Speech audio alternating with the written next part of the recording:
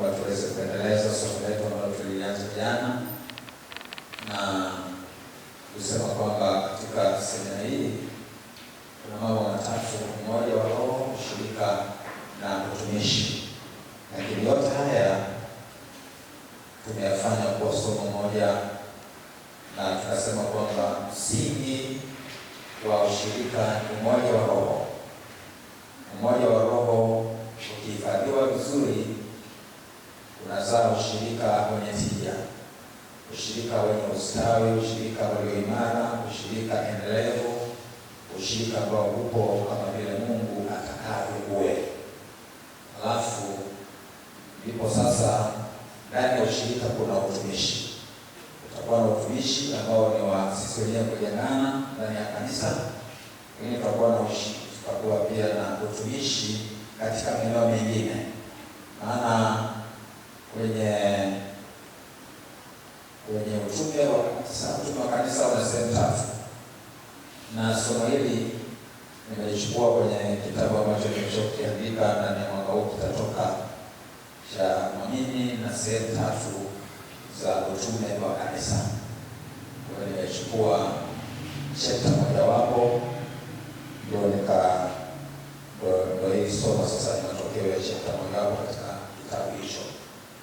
Kwa hiyo tukiweza kuhifadhi umoja wa roho, tutakuwa na ushirika ambao umekusudiwa na Mungu, na ndani ya ushirika kuna utumishi ambao tutahudumiana na kujengana sisi wenyewe na kuimarika. Alafu tutakuwa na uwezo mzuri na tutakuwa na ufanisi mkubwa katika kufikia ulimwengu na nchi. Kwa hiyo tutalitimiza ile agizo kuu kwa ufanisi mkubwa zaidi. Bwana Yesu asifiwe sana. Amen. Jana tukawa tumeanza somo la jinsi ya kuhifadhi umoja wa roho, na tukawa tumeanza kujifunza jinsi ya kuhifadhi umoja wa roho kupitia Waefeso sura ya 4 mstari wa 1 mpaka 16. Nilisoma jana, leo tutarudia ili kwamba tusichukue muda mwingi zaidi. Na nilisema kwamba katika somo hili, katika uchambuzi wa fungu hili la maandiko, tutashughulika na mambo 6. Jambo la kwanza ni wito wetu tulioitiwa, tulishughulika nalo hilo jana. Jambo la pili ni agizo la kuhifadhi umoja wa roho katika kifungo cha amani. Jambo la tatu ni misingi ya umoja wa roho. Jambo la 4 ni tabia yenye kuhifadhi umoja wa roho. Jambo la 5 ni uwezesho wa kuhifadhi umoja wa roho, na jambo la 6 ni matokeo ya kuhifadhi umoja wa roho. Kwa matatu tulishughulika nayo jana, na tulitumia muda mwingi zaidi kwenye mawili. Ile la tatu hatukutumia muda mwingi, kama tu tulitaja ile misingi ya umoja wa roho, na kimsingi hatuna muda wa kusema sasa tuanze kuchukua moja baada ya jingine. Tuliangalia au tulitaja misingi 7 ya umoja wa roho katika ule mstari wa 4 mpaka ule wa 6. Msingi wa kwanza tulisema ni mwili mmoja. Msingi wa pili, roho moja. Msingi wa tatu, tumaini moja la wito wetu. Labda nirudi kwenye hilo la kwanza, mwili moja, kwa maana kwamba sisi, Paulo anafundisha akitumia kielelezo cha mwili kama kanisa. Anaposema mwili wa Kristo, kwa maana akiwa na maana ya kanisa, na ametumia kielelezo hiki katika Wakorintho wa kwanza sura ya 12. Ukisoma mstari wa 12 mpaka wa 24, pale Paulo amefananisha kanisa na mwili wa binadamu ambao ni mwili mmoja wenye viungo vingi, na anasema kwamba viungo hivi vinatakiwa kutunzana na kila kiungo kinatakiwa kudhamini kiungo kingine. Na anaposema hivyo, ana maana ya sisi kama waamini, kila mmoja ni kiungo kwa wenzake. kupitia karama, kupitia vipawa, kupitia uwezo aliojaliwa na Mungu, yeye anakuwa ni kiungo, kwa maana kwamba anakuwa na sehemu ya utumishi kwa ajili ya kuwajenga wengine. Lakini kwa habari za roho moja, huyo ni Roho Mtakatifu. Na kwa habari za tumaini moja la wito wetu, tumaini la wito wetu ni kurithi uzima wa milele. Na ukipoteza huo mwelekeo, ukaanza kujenga tumaini katika mambo mengine yakawa na kipaumbele kuliko uzima wa milele, unapoteza mwelekeo. Lakini kwa habari za Bwana mmoja ni Yesu Kristo. Na tunapozungumza kwamba Bwana ni Yesu Kristo, tunatakiwa kuwa makini, kwa sababu sio kila anayejiita Yesu ndio Yesu huyo ambaye ni Bwana wetu sisi. Katika Matendo ya Mitume walikuwepo akina Yesu wengine pia. Yanatoka pamoja. Kwa hiyo mtu anaposema kwamba yeye anamwamini Yesu, unatakiwa uelewe huyo Yesu ambaye yeye anamwamini ni wa namna gani, ana sifa zipi, ili uwe na uhakika kwamba Yesu wake huyo anayesema anamwamini ndio huyo unayemwamini wewe au la, ndio huyo ambaye ni Bwana wako wewe au la. Na kama imani moja, neno imani ni neno pana, lakini hapa sasa ina maana ya doctrine, kwa maana ya fundisho. Na ndio maana kanisa letu la TAG tunayo misingi ya imani, misingi 16, na tunapokuwa makini kujifunza, kuiamini na kuishika hiyo inatusaidia sisi kwamba tuweze kuwa watu wenye imani moja, kwa sababu mafundisho huwa yanajenga imani. Kwa kama tunajifunza vitu tofauti, imani zetu pia zitakuwa tofauti. Lakini tukiwa na mfanano wa kimafundisho, tutakuwa pia na mfanano wa kiimani. Bwana Yesu atusaidie sana. Kanisa la kwanza, ukisoma Matendo ya Mitume sura ya 2:42, tunaambia kwamba hao watu walikuwa wanadumu katika fundisho la mitume. Sasa walidumu katika fundisho la mitume, katika kumega mkate na katika kusali. Na sisi tunatakiwa tukae katika fundisho la mitume. Fundisho la mitume ni lipi? Ndio haya tunayojifunza. Ndio haya ambayo mchungaji wenu pamoja na wote wanaomsaidia kufundisha hapa wanayafundisha. Ndio fundisho hilo la mitume. Lakini jambo la 6, tukasema ni ubatizo mmoja.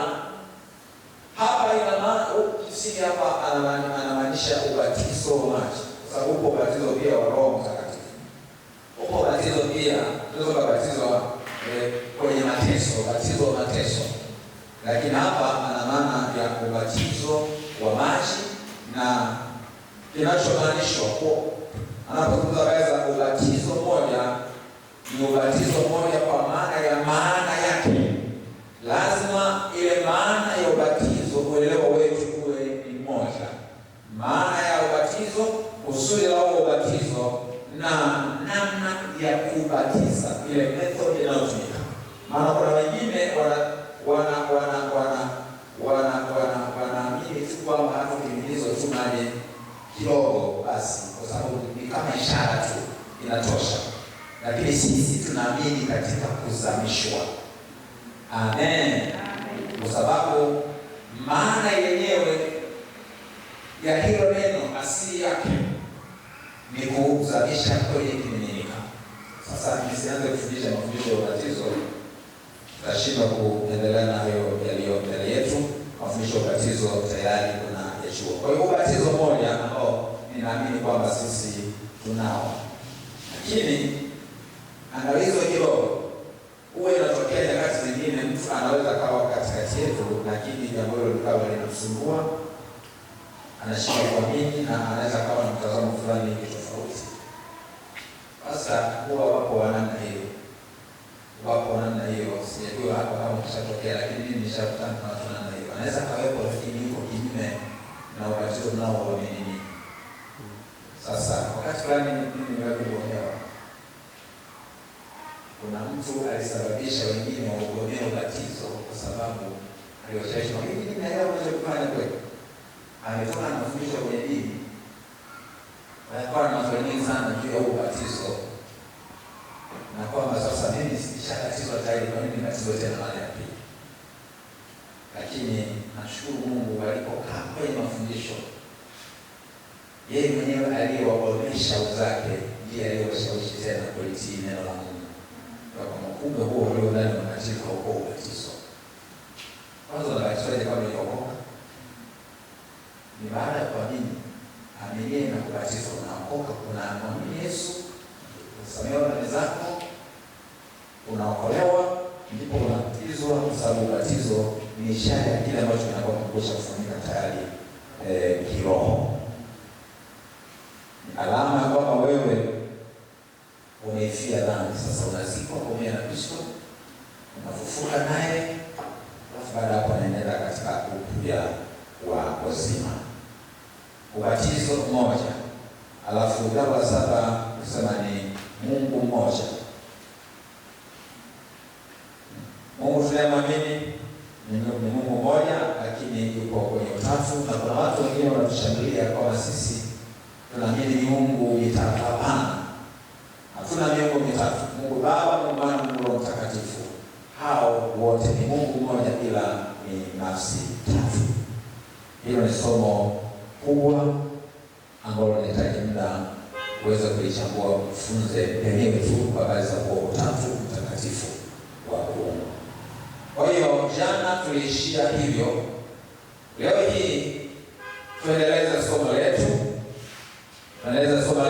Na kwa neema ya Mungu tutakwenda kuyachambua kwa haraka matatu yaliyosalia, kwa sababu kesho kuna kitu ambacho Roho Mungu amependeza kwamba ndicho tukipe kazo zaidi katika kulikazia somo hili la kuhifadhi umoja wa Roho ambalo tumeanza siku ya jana. Tuendelee sasa jambo la 4, la 5 na la 6. Jambo la 4, tabia yenye kuhifadhi umoja wa Roho. Tabia yenye kuhifadhi umoja wa Roho. Kwa hiyo mstari wa pili anasema hivi, labda nisome kuanzia ule mstari wa kwanza. Anasema hivi, kwa hiyo nawasihi mimi niliyemfungwa katika Bwana, mwenende kama inavyostahili wito wenu mlioitiwa, kwa unyenyekevu wote na upole, kwa uvumilivu, mkichukuliana katika upendo. Sasa hapo ukisoma mstari huo kwa makini utagundua kwamba ametaja vipengele vitatu vya tunda la Roho ambalo tunaisoma katika Wagalatia sura ya 5 mstari wa 22 na 23. Ametaja upole, ametaja uvumilivu, ametaja upendo. Alafu umetaja na unyenyekevu. Sasa unyenyekevu unamezwa kwenye ile tunda. Sasa najua hapo unasema ni tunda la Roho kama moja. Alafu sasa vile linakuwa ni vipengele 9. Lakini kwa kurahisisha kujifunza tunasema pia ni matunda 9. Kwa hiyo lazima nikatumia lugha zote hizo na wala isipeshia. Kwa sasa kuna ile tunda la upole. Unyenyekevu ni kama zao la tunda la upole. Ni sifa mojawapo ya mtu mpole, mtu mwenye tunda la Roho la upole. Sasa tunda la Roho ndio tabia inayohitajika katika kufanikisha zoezi zima la kuhifadhi umoja wa Roho. Ama nasema kwamba umoja wa Roho kimsingi hapa hatuagizi ya kwamba tuutengeneze. Hatuagizi kwamba tuunde huo umoja wa Roho. Umoja wa Roho upo wenyewe automatically. Ukiisha tu kumwamini Yesu Kristo unakuwa umeungwa na Mungu. Mungu anakuwa ndani yako na wewe unakuwa ndani yake. Halafu ukiungwa na Mungu na mwingine naye amemwamini Yesu ameungwa na Mungu. Sasa sisi ambao tumeungwa na Mungu tunaunganishwa sasa sisi kwa sisi. Kwa tunajikuta tayari tuko kwenye umoja wa Roho ambao umetengenezwa na Mungu yeye mwenyewe.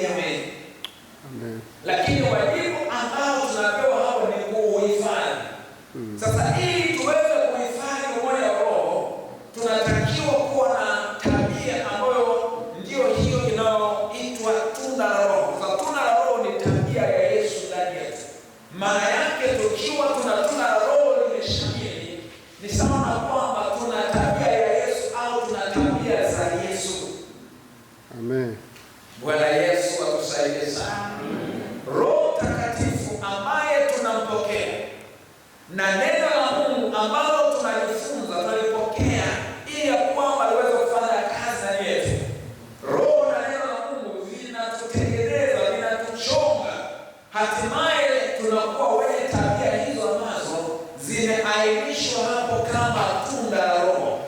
Anaposema tunda la Roho, labda tu niweke ili tuweze kupata ufahamu mzuri zaidi. Kwenye Wagalatia sura hiyo ya 5, ukianza ule mstari wa 16, pale anasemaje? Anasema pale anasema anasemaje? Basi enendeni kwa Roho, wala hamtazitimiza kamwe tamaa za mwili. Unaona? Anaagiza pale kwamba tunatakiwa kuenenda kwa Roho. Kuenenda kwa Roho maana yake ni kuwa chini au kukubali kuwa chini ya utawala wa Roho Mtakatifu. Amina. Lakini kuenenda kwa mwili, neno mwili pale lina maana ya asili ya dhambi. Soma NIV version, Biblia ya Kiingereza NIV, utaelewa vizuri kwa sababu pale ametumia neno sinful nature. Pale ambapo pana neno mwili, ukisoma Biblia ya NIV ametumia neno sinful nature kwa maana ya asili ya dhambi. Kwa hiyo ni neno mwili. Kwenye Kigiriki kuna neno soma na kuna neno sarx. Neno soma ni physical body, neno mwili, lakini neno sarx ni neno linalotumika kwa maana ya ile hali ya kiakili. Kwa hiyo asili ya dhambi hapo sasa badala kusema asili ya dhambi kwa Kiswahili ni neno mwili, ambapo kama ingekuwa ni Kiyunani angetumia neno sarx, sio soma kama hii mwili wa nyama. Nadhani tunaelewana hapo. Kwa anaposema kwamba basi nasema enendeni kwa Roho, wala msizitimize kama tamaa za mwili. Ina maana inawezekana kuenenda kwa Roho au unaweza ukaenenda kwa mwili kwa maana ya kufuata tamaa za mwili, kufuata tamaa za asili ya dhambi. Asili ya dhambi yenyewe inakusukuma kinyume na mapenzi ya Mungu. Sasa ukienenda kwa Roho, matokeo yake ndio tunaweza tunda la Roho. Ndio hiyo upendo, furaha, amani, uvumilivu, utu wema, fadhili, uaminifu, yale 9. Ndio matokeo yake. Roho Mtakatifu anakuwezesha kuwa hivyo, kuwa mtu mwenye upendo, kuwa mtu mwenye furaha, kuwa mtu mwenye amani, kuwa mtu mwenye uvumilivu, kuwa mtu mwenye fadhili, kuwa mtu mwenye kiasi, kuwa mtu mpole. Unaona? Lakini ukienenda kwa kufuata mwili, maana tuna lugha hiyo. Kuenenda kwa kufuata mwili, nasema mkifuata mwili unataka kufa. Maana yake unaelekea kwenye kifo cha kiroho. Kufuata mwili maana yake ni pale ambapo wewe unatii ile msukumo inayotokana na asili ya dhambi. Asili ya dhambi inakupeleka kwenye tamaa za mwili, kwa maana sasa kama tamaa hizo za zinaa, tamaa za vyakula, tamaa za unaona, inakupeleka kwenye tamaa za mwili, tamaa ya macho na kiu cha uzima. Sawa sawa na ambavyo Yohana anaandika katika waraka wake kwenye ule waraka wake wa kwanza sura ya 2. Ukisoma kuanzia mstari wa 15 na kuendelea, anasemaje pale? Anazungumza vile ambavyo hatutakiwi kufuata mambo ya ulimwengu. Anatoa pamoja. Amen. Kwa nini anasema kwa kuwa yaliyomo katika ulimwengu na anataja sasa tamaa ya mwili, tamaa ya macho na kiu cha uzima havitokana na nini?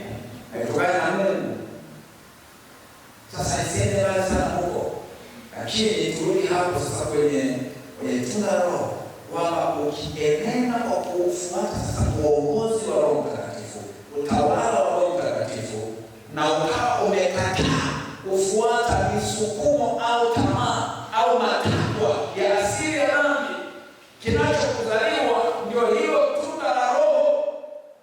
Sasa kama waamini wote tutakuwa wananga hiyo, kuhifadhi umoja wa Roho ni rahisi. Amina. Maana tunatakiwa kuhifadhi umoja wa Roho katika kifungo cha amani.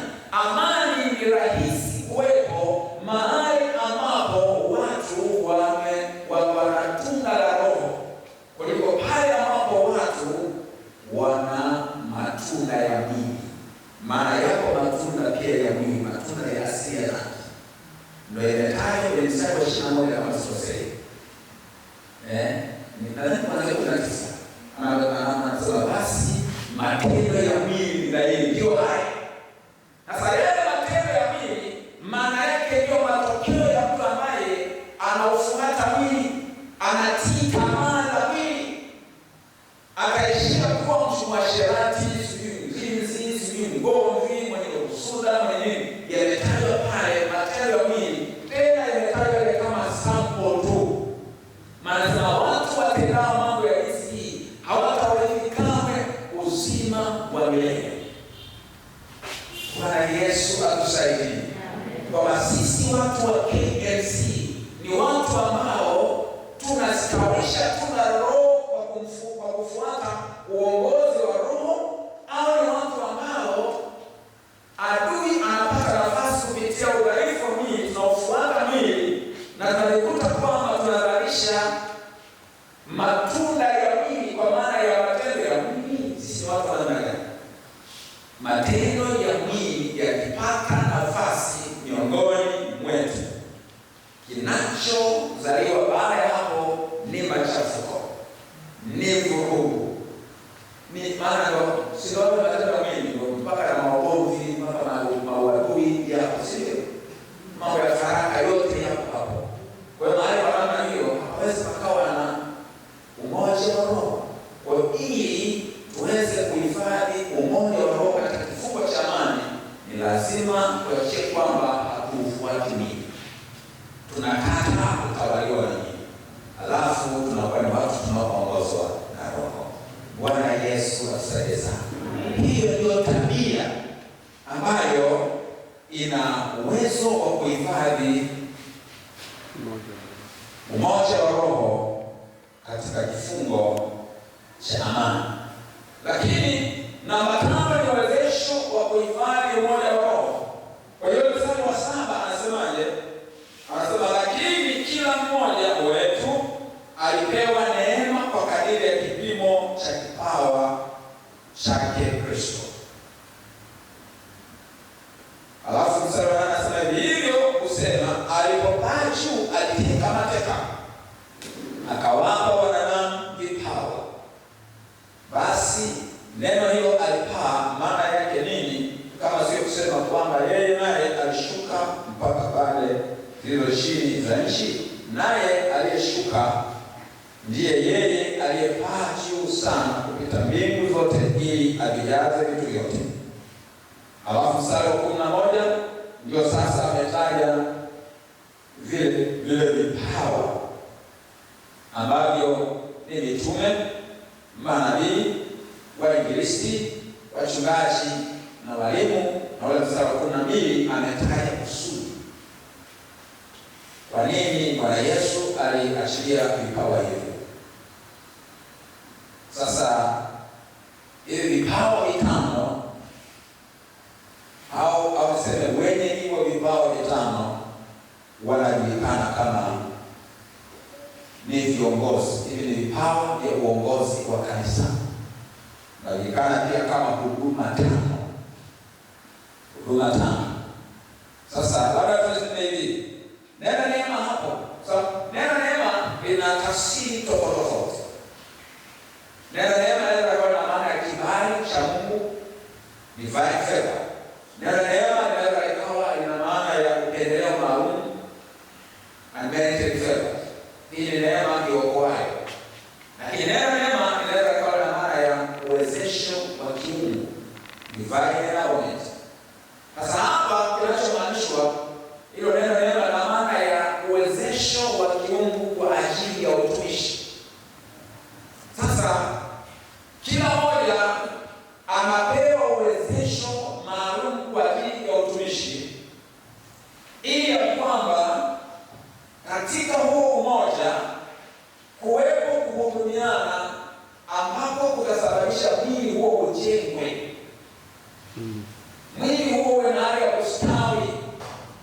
na mwili huo uweze kuwa equipped, yaani uwe na uwezo sasa wa kutumika katika maeneo mengine. Hilo tayari nimekwisha kusema. Sasa kuna hizo huduma 5, lakini si kwamba huduma hizi 5 ndizo zinazotegemewa peke yake, hapana. Ukisoma kwa makini mstari wa 12, hasa ukifuatilia NIV, ile Kiingereza NIV inaonyesha vile ambavyo majukumu ya hizi huduma 5 ambazo ndizo hasa za uongozi wa kanisa ni kuandaa watu wa Mungu kwa kazi ya huduma, ili mwili wa Kristo ufanye ujengwe. Si kwamba wao ndio wafanye huduma zote peke yao, hapana, ila hawa ndio wanaoongoza huduma, ndio walezi na wasimamizi wa huduma.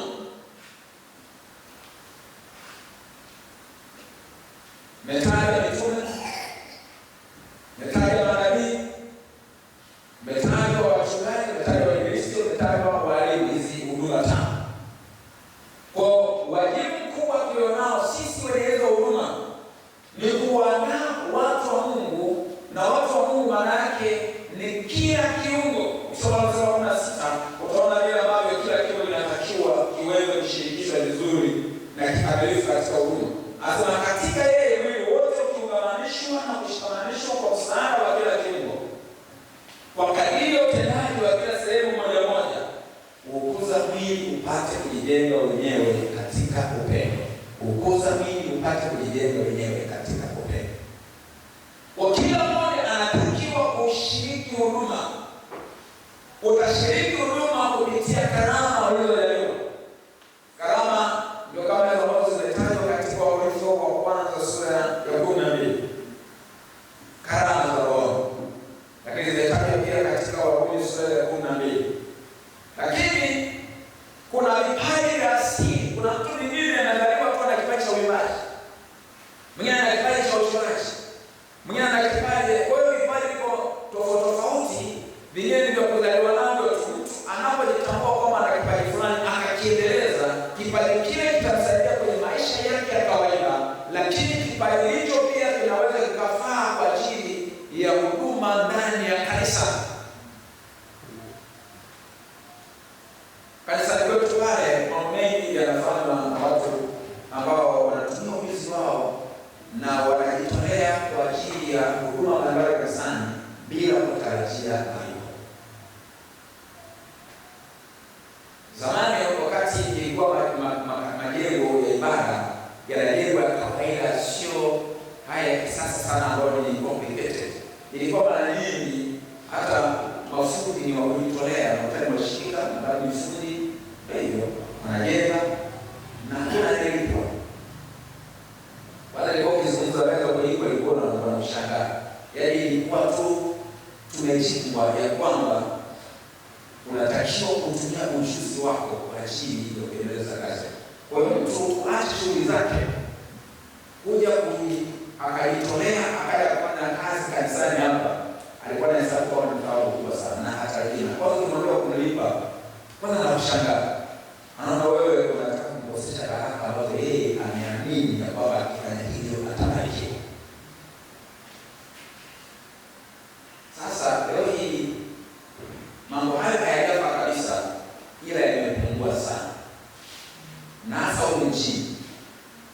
Maana yeye nilifika miaka mingi, miaka 10 mfululizo vijijini, ndio nikaja huko mjini. Kuna vitu sasa naanza kujifunza kwa upya. Kwa siku moja akafanya kazi ya kanisa, anataka yeye alipwe kama kibarua fulani. Kwa sasa nitakula nini? Swali hilo kwa nitakula nini? Sasa nikaanza kujifunza kwa upya kwamba hivi maisha yako yakoje. Kwa mtu yaani kila siku inajitegemea. Kwa hiyo akipoteza siku hiyo moja, maana yake nyumbani kwake anakuwa hana mahitaji kabisa. Sasa tumeenda mpaka sasa tunazoea. Sisemi kwamba mtu kulipo kwa kazi ya kanisa ni mbaya. Hata wanafanya shughuli za hekalu miaka ya zamani kabisa, hizo za namna kale, walikuwa wanalipa mpaka mafuta bwana.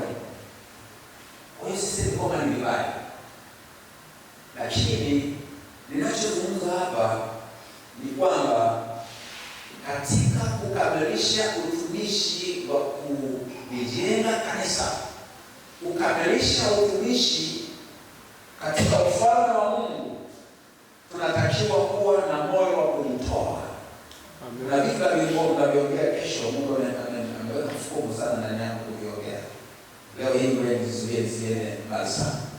Lakini kupitia karama, kupitia vipawa, vipaji asili, lakini vingine na vita kama vipawa vya kawaida, kwa sababu nimekosa lugha nzuri. Kwa mfano, mtu amejaliwa elimu, mtu amejaliwa cheo, mtu amejaliwa pesa. Hivyo sasa mimi naviita kama vipawa vya kawaida, kwa sababu nimekosa lugha nzuri kwamba ninavihitaji hivyo. Kwa hiyo kama Mungu amekujalia unayo elimu, mbali na kwamba elimu ile itatumika katika maisha ya kawaida, inaweza kukunufaisha kwa sababu utaitumia elimu kuendeleza maisha ya kawaida, lakini elimu pia itatumika pia kwa ajili ya kazi ya Mungu. Paulo alikuwa ni msomi kuliko akina Petro. Wito wake na majukumu aliyopewa utakuta kwamba kuna tofauti fulani na akina Petro. Kuna mambo ambayo akina Petro hawakukabidhiwa kuyafanya, ambayo wasingeweza, yanataka mtu mwenye elimu kama Paulo. Paulo ndiye aliyeandika sehemu kubwa ya Agano Jipya. Musa alikuwa naye msomi, na alikuwa msomi pekee miongoni mwa wana wa Israeli, maana wengine wote walipoishi kule Misri walikuwa ni watumwa tu, lakini Musa yeye alikuwa na hadhi ya kama mwana wa mfalme. Tunaambia kwamba alipata elimu kubwa kabisa ya Misri kule. Kwa Mungu alipomwita akampaka mafuta ya utumishi, elimu aliyoipata kule Misri ilimwezesha kutekeleza majukumu fulani ambayo ilihitaji tu elimu pia ya kawaida. Bwana Yesu atusaidie. Tuweze kuelewa kwamba tumekilima nini. Unaweza kuwa umekilimiwa kitu ambacho mwenzako hana. Unayo elimu ambayo wengine hawana. Una ujuzi ambao wengine hawana. Una kiwango fulani cha uwezo wa kifedha tofauti na mwingine. Hata kama wewe unasema mimi bado najitafuta, lakini ukilinganisha wewe una unafuu kuliko mwingine. Uwezo huo ambao Mungu amekujalia, maana yake unatakiwa utumie kwa ajili ya kujenga ufalme wa Mungu. Aliyepewa vingi kwake vitadaiwa vingi. Hiyo nikumbuke daima. Kwa hiyo huo ni uwezesho wa kuhifadhi umoja wa roho. Wewe Mungu amekukirimia kipawa gani? Amekukirimia uwezo gani? Uwezo uliokirimiwa unatakiwa utumie vizuri, ili ya kwamba mwili wa Kristo ujengwe, uweze kuhifadhi umoja wa roho katika kifungo cha amani. Jambo la 6 ni matokeo ya kuhifadhi umoja wa roho. Matokeo ya kuhifadhi umoja wa roho. Kuna matokeo matatu ambayo tunayasoma katika maandiko hayo. Kwa hiyo mstari wa 13 anazungumza habari ya kufikia umoja wa imani. Sasa labda pengine kabla tuendelee sana kwa kuyataja hayo, nitoe ufafanuzi kidogo. Kwenye mstari wa 12 ambao nimekwisha kufafanua ya kwamba mstari wa 11 unataja zile huduma 5, alafu mstari wa 12 unataja makusudi. Na mimi nimejaribu kutumia lugha ya kwenye NIV. Na hapa anasemaje mstari wa 12? Anasema makusudi la kuwakamilisha watakatifu, hata kazi ya huduma itendeke, hata mwili wa Kristo ujengwe. Alafu mstari wa 3 pale anasema hivi, hata na sisi sote tutakapofikia umoja wa imani. Maana yake hizo huduma zinapofanyika chini ya usimamizi, yani huduma mbalimbali, kama ambavyo pia imesemwa katika mstari wa 16 ya kwamba kila mmoja anajishughulisha sema katika yeye mwili wote ukiungamanishwa na kushikamanishwa kwa msaada wa kila kiungo. Sema kwa msaada wa kila kiungo.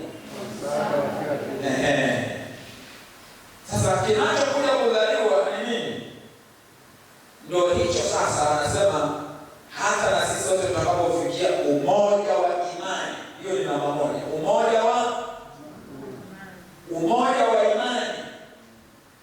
Sasa umoja wa imani kwa maana kwamba tunakuwa ni watu ambao kuamini kwetu kuna mfanano. Tunaamini kwa namna yenye mfanano, na ili tuweze kuwa na imani yenye mfanano, maana yake mfanano huo unatakiwa uanzie kwenye chakula tunachokula. Amina. Kama tunakula chakula ambacho kinatoka kwenye chungu hicho kimoja na mpishi ni huyo, matokeo yake tunazaliwa tutakuwa na mfanano wa kiimani, tutakuwa na umoja wa imani. Lakini leo hii inatokea kwamba katika kanisa la Bwana tunakosa umoja wa imani kwa sababu kuna watu wengine wana masikio yanayowasha.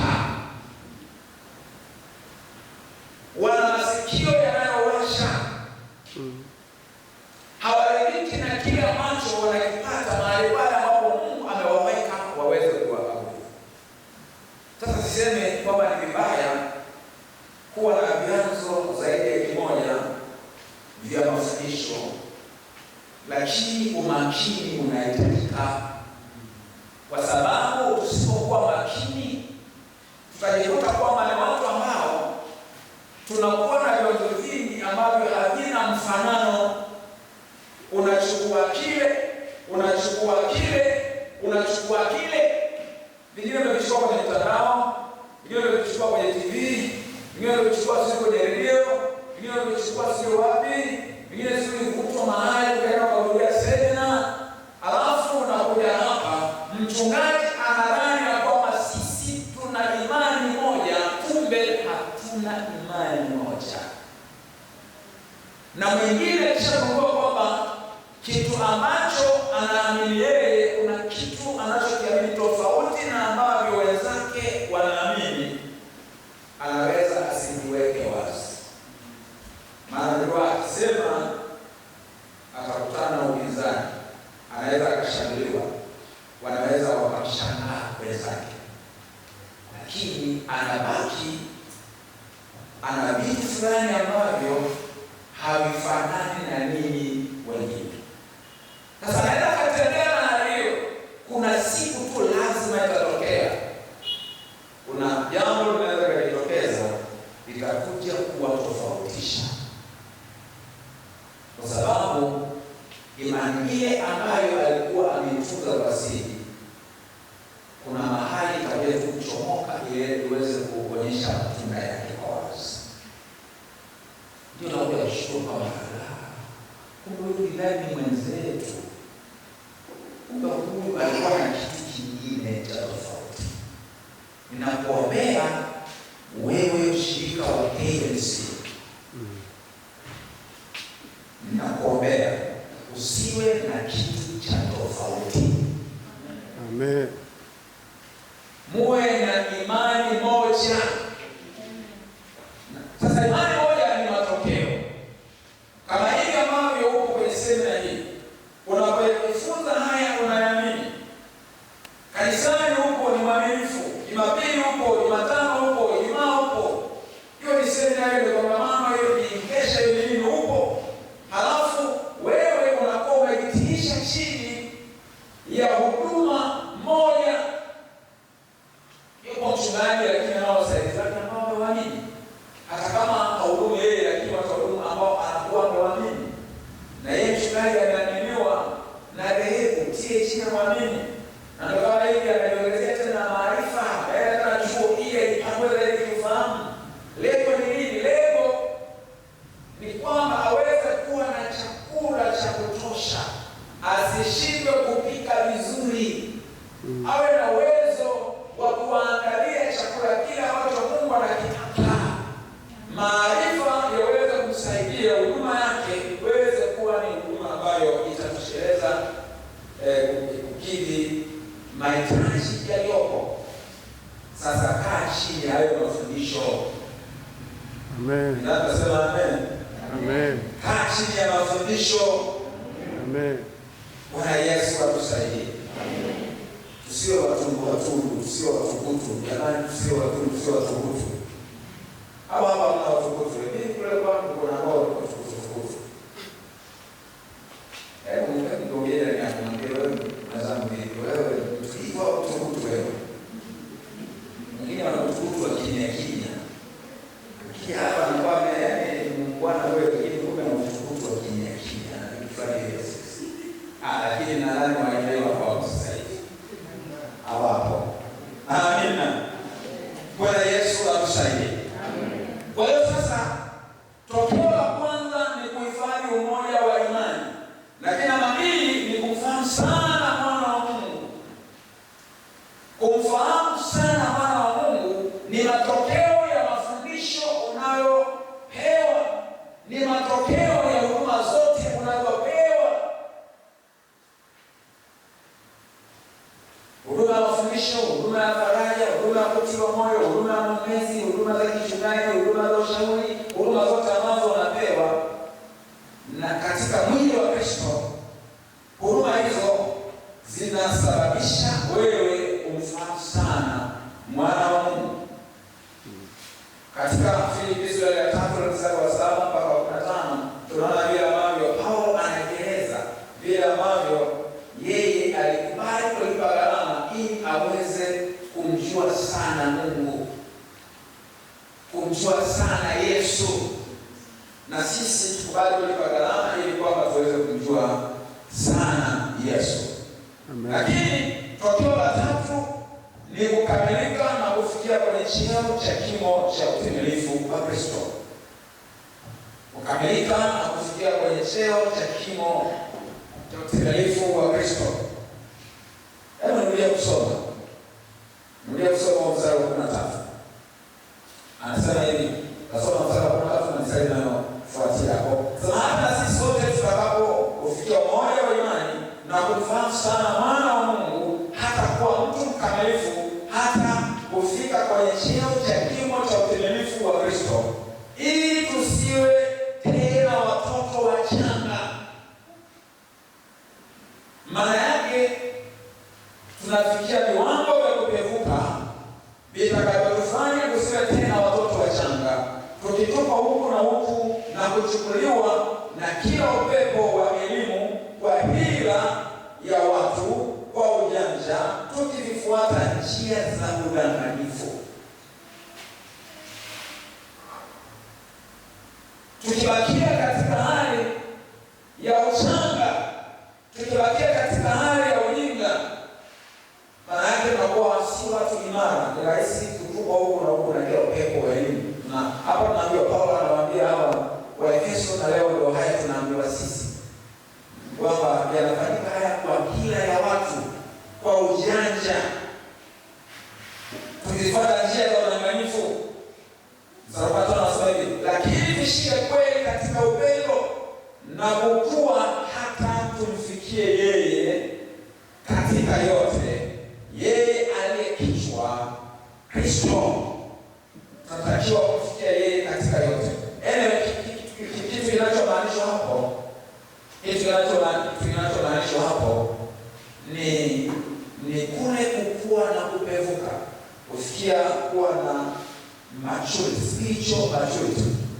Sasa anapozungumza habari ya kufikia Kristo katika yote, ana maana kwamba wewe kama wewe utafikia mahali ukawa ni mkamilifu kwa viwango kabisa ya Kristo, kwamba una kasoro yoyote, una madhaifu, una mapungufu. Lakini anazungumza kwa jumla ni ile balance yaani ni balance inayotokea katika mwili wa Kristo, kwa sababu tunakuwa na hali ya kukamilishana katika madhaifu yetu tunapofikia ule umoja wa imani, kwa sababu tumeshikamanishwa katika huo umoja wa Roho. Ina maana kuna namna ambavyo madhaifu na mapungufu yetu yanamezwa, kwa sababu kila mmoja anachangia katika uwezo aliojaliwa Mungu, ile neema aliyojaliwa Mungu, kiasi kwamba katika hali ile ya ujumla wetu tunakuwa na uwiano fulani ambao unakuwa ni ukamilifu ambao unakidhi vigezo ambavyo Mungu ameweka au anavitarajia. Bwana Yesu atusaidie jamani, Mungu wapendwa. Bwana Yesu atusaidie ndugu zangu wapendwa. Maana tutakuwa na hiyo hali ya tabia ambayo ina uwiano ambao una mfanano na Yesu Kristo. Tufikie mahali pa namna hiyo. Tufikie mahali pa namna hiyo. Amen. Hivyo habari za mtu binafsi, kuna kiwango ambacho ni kiwango ambacho kinatajwa kama ni upevu au ukamilifu, lakini kuna kuona uwiano wa muda uliokaa katika hiyo neema. Kwa maana kwamba kigezo cha mtu ambaye amekaa kwenye neema kwa mwaka mmoja kitatofautiana na kigezo cha yule aliyekaa kwenye neema kwa miaka 10. Kwa hiyo kama kuna uwiano mzuri wa ukuaji wako, hata kama bado haujafikia kiwango cha mwisho kabisa cha ukamilifu, lakini kama una uwiano mzuri, ina maana katika yale matarajio ya Mungu na vile viwango ambavyo Mungu anavikusudia kwa ajili yako, wewe utahesabika kwamba ni mkamilifu. Lakini kama wewe ni mbivu wa kujifunza, ni mbivu wa kutendea kazi mafundisho, ni mtu ambaye haukui kwa uwiano unaostahili, utalalamikiwa kama waliolalamikiwa Waebrania.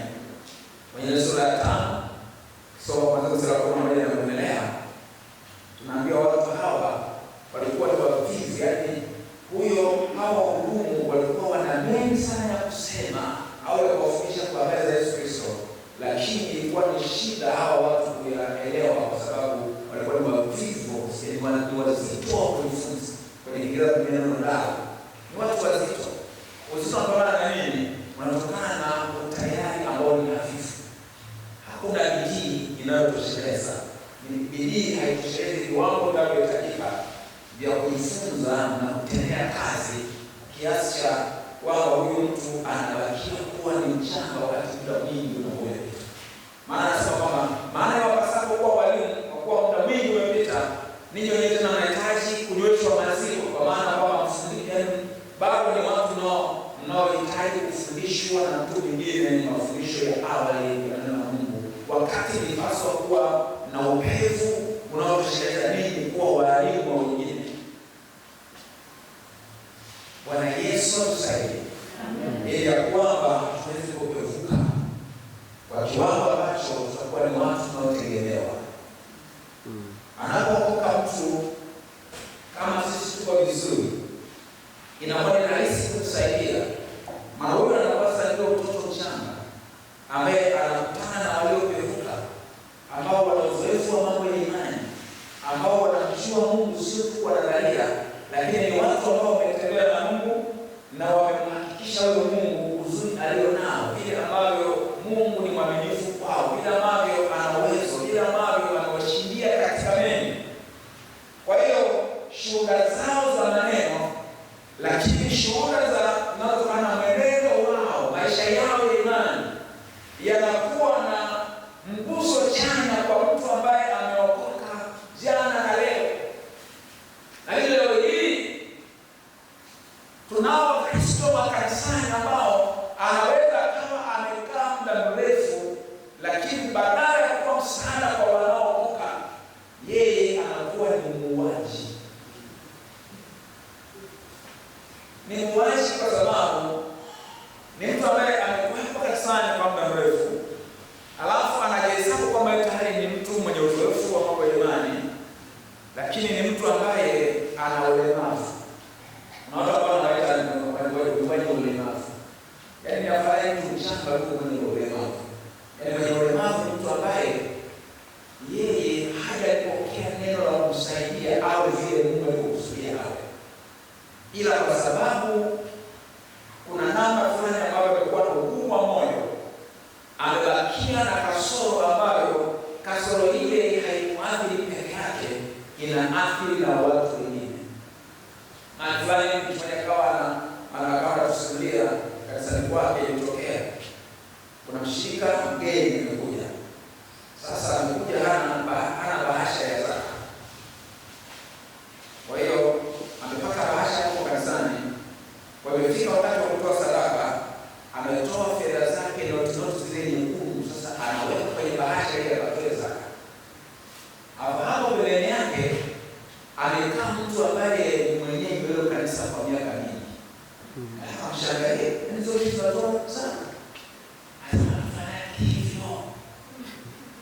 Tunapunguza tunatoa kidogo. Sasa mtu anashangaa. Sasa kwaje? Sasa na hesabu kwa mimi Mungu amebariki kiasi gani? Mimi na asilimia mimi natoa asilimia 10 ya watu. Na naweza nikatoa hata zaidi kwa kuwa nampenda Mungu. Inakuwa sasa huyo. Sasa huyo mtu kama angekuwa na mchanga ambaye hana msimamo katika hicho anachokiamini, angekwisha kupandikiziwa roho ya wizi. Bwana Yesu atusaidie.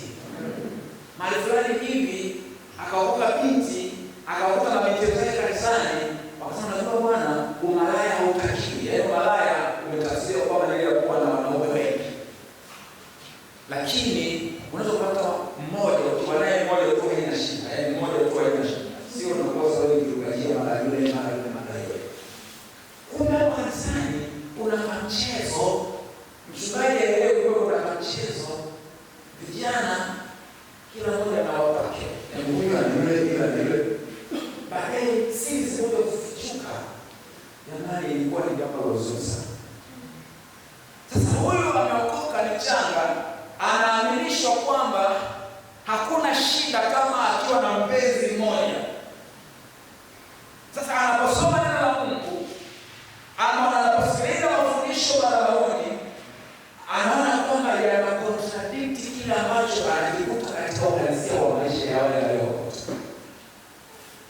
Sasa anaweza kaamini kwamba hivi kumbe Bwana haya mambo wanavyosema madhabahuni mengine hayawezekani. Yaani wanasema tu lakini ukweli wenyewe ni huu. Yaani kile ambacho mtu anakiona katika uhalisia wa maisha ya wale waliookoka kinakuwa kina nguvu kuliko kile anachosikia madhabahuni. Na mtu anaweza akaamishwa hata uongo. Sasa sio hata wachungaji hapo. Na hiyo wanayo tu. Wanasema tu lakini na wenyewe ni hayo tu. Bwana Yesu akuponye na shari mbaya za namna hiyo. Wewe uwe wa baraka. Sijajua wewe ni mtu wa namna gani. Kwamba unatumiwa na shetani kwa ajili ya kuharibu umoja wa roho wa kanisa, au unatumiwa na Mungu kwa ajili ya kujenga umoja wa roho. Wewe ni mtu wa namna gani?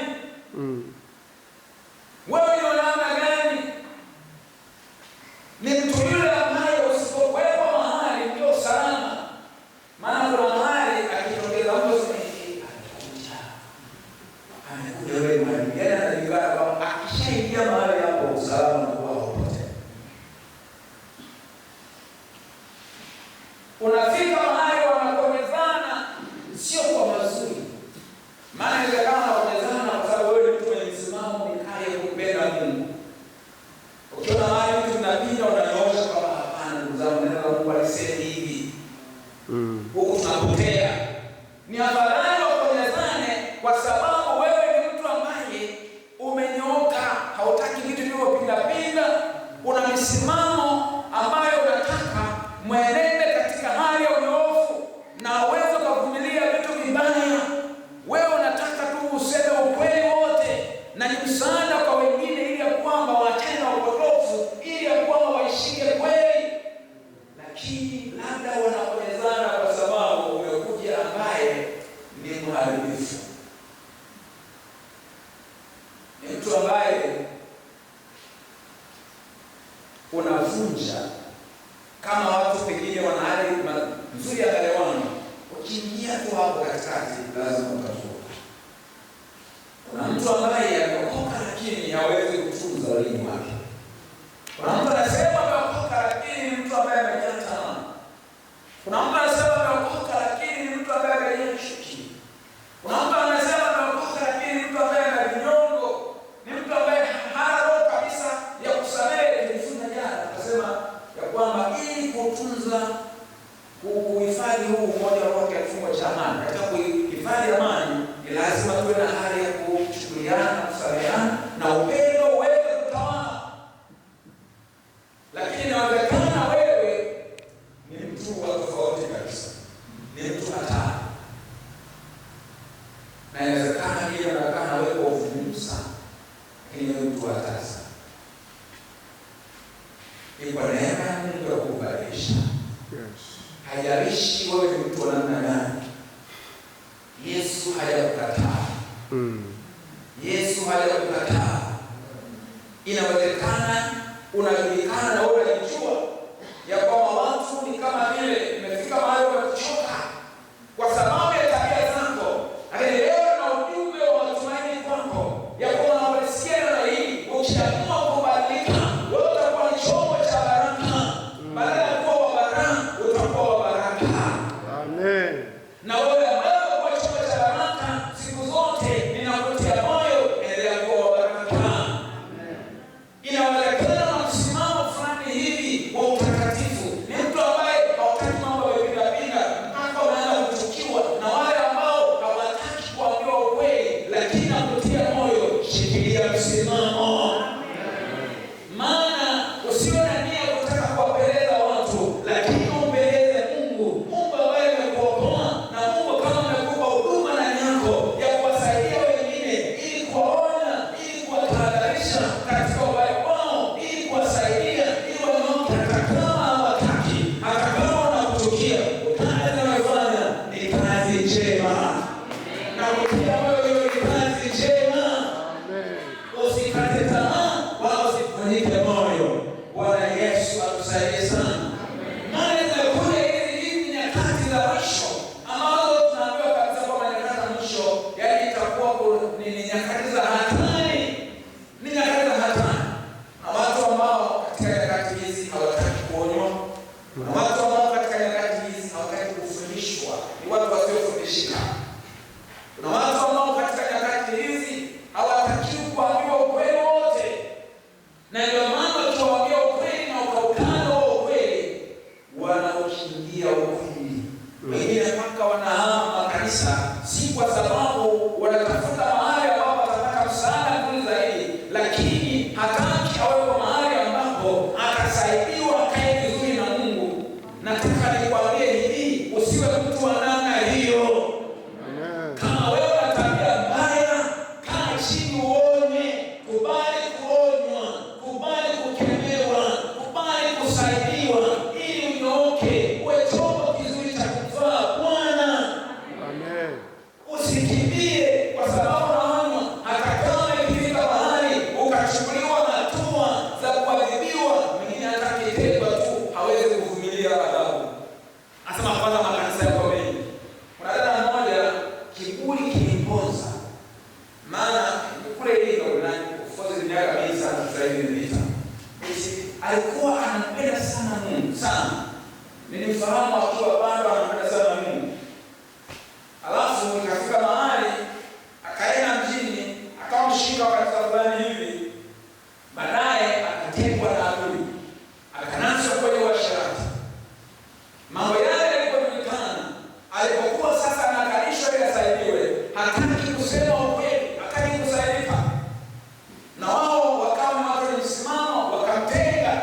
Badala ya kunyenyekea, akasema kwamba kwanza makanisa yako mengi, mimi sina haja kujieleza. Ni kweli akawa kama ni makanisa, naenda huko, naenda kule, naenda kule. Lakini baadaye akajiona kwamba ni mtu aliyepotea. Baada ya kuona kabisa amepoteza mwelekeo, dada yule alihangaika sana. Ifika mahali tulipokuwa tumeanza huduma mahali, yule dada naye akawa amekuja kwenye maeneo hayo kikazi. Akawa ana mahangaiko makubwa sana. Makubwa sana.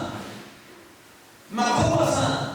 Amepoteza mwelekeo, anapotaka kurudi kwenye mstari, anashindwa. Ile neema ya kumfanya aweze kukaa tena vizuri na Mungu kama zamani ikawa ni ngumu sana. Sielewi mpaka sasa nini kilichotokea baada hapo. Ni kama mtu fulani hivi ambaye baada ya kupata mwelekeo na kwa sababu hakutaka kusaidika, alisema maneno mabaya kwa watumishi wa Mungu. Ni kama vile alikuwa ameshajiletea laana juu yake. Alipotaka kurudi vizuri kwa Mungu, akawa anajikuta kwamba anashindwa. Anajikuta kwamba anashindwa. Sina maana kwa Mungu alikataa na siweza kusamehewa. Lakini nataka niseme hivi, usiichezee neema. Na wakati ambapo uone atokea, ukipoteza neema hiyo, unaweza usipate kwa wepesi kama unaweza badani. Kuna watu wanadhani kwamba wanaweza kumwacha Yesu kirahisi, na ukitaka wakati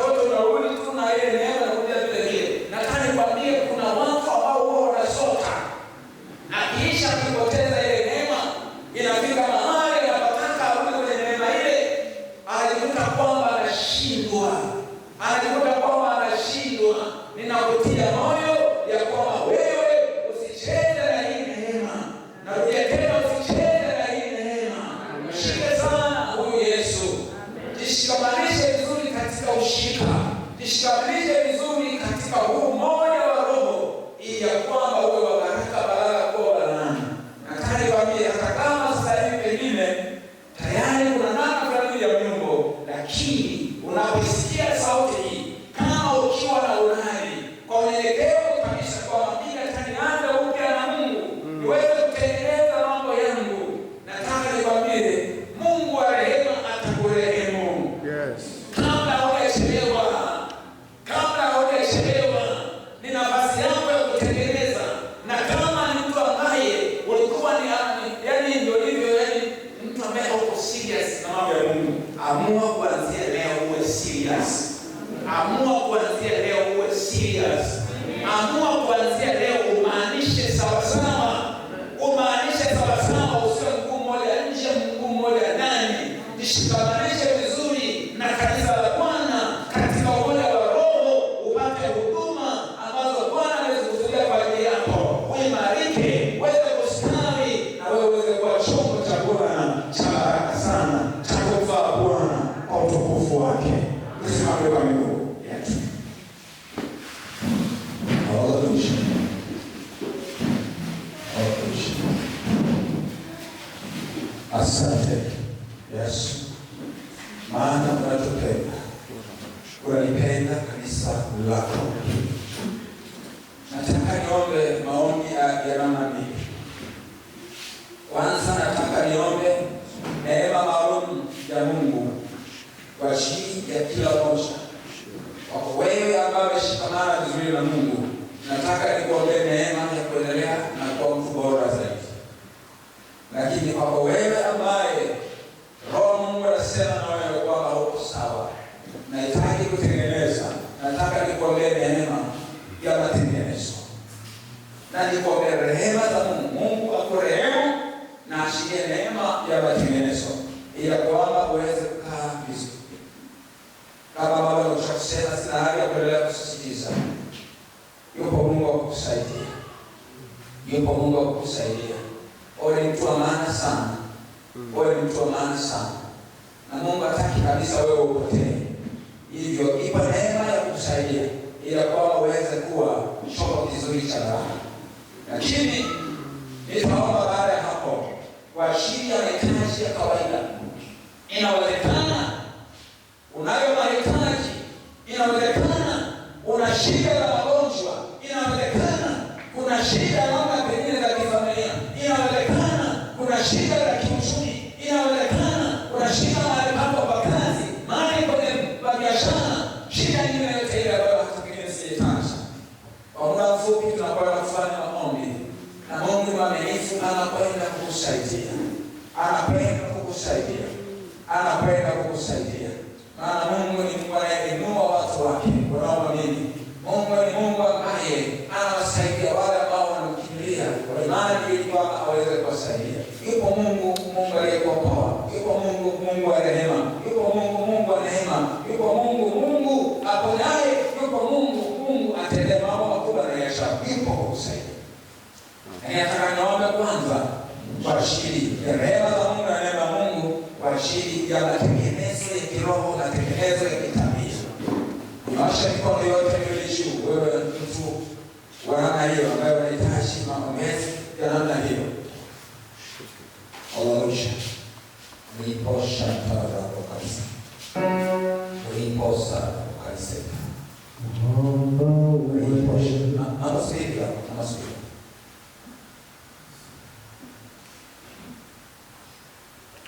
Unaweza kuchukua sasa hatua, wewe unyoosha mikono upite basi kwa mbele, ili niweze kukuombea maombi maalum ya rehema za Mungu na neema ya Mungu kwa ajili ya matengenezo. Sio lazima kwamba wewe ni mwenye dhambi sana, sio lazima. Lakini wewe unajua Roho Mungu amesema na wewe kwa namna gani. Ifuatishe na haya. Sema Mungu Baba, asante kwa wema wako. Wewe ni Mungu wa rehema. Asante kwa kuniokoa. Asante kwa kuniokoa. Asante Asante kwa kunifanya mwana wako. Asante kwa kuleta neno zuri kwangu. Nami nimesikia. Nahitaji msaada wako. Nahitaji msaada wako. Nina madhaifu. Nina mapungufu. Ninatamani kukaa vizuri na wewe. Ninatamani nikupendeze wewe katika maisha yangu. Ninatamani kuwa wa baraka katika kanisa la Bwana. Ninatamani nisiwe sababu ya kanisa kukosa umoja wa roho. Ninatamani niwe chombo kizuri kusababisha umoja wa roho kuhifadhiwa katika kifungo cha amani. Nirehemu Bwana yote niliyokukosea. Nirehemu Bwana dhambi zangu zote. Nirehemu Bwana tabia zote zisizofaa. Naomba neema yako sasa. Naomba neema yako sasa. Naomba msaada wako sasa. Naomba msaada wako sasa. Ili tabia yangu iweze kuwa nyofu. Iweze kuwa nyofu. Niwe na tunda la Roho kama ilivyo makusudi yako. Asante Baba kwa ajili ya watoto wako hao. Ninakushukuru kwa sababu kila mmoja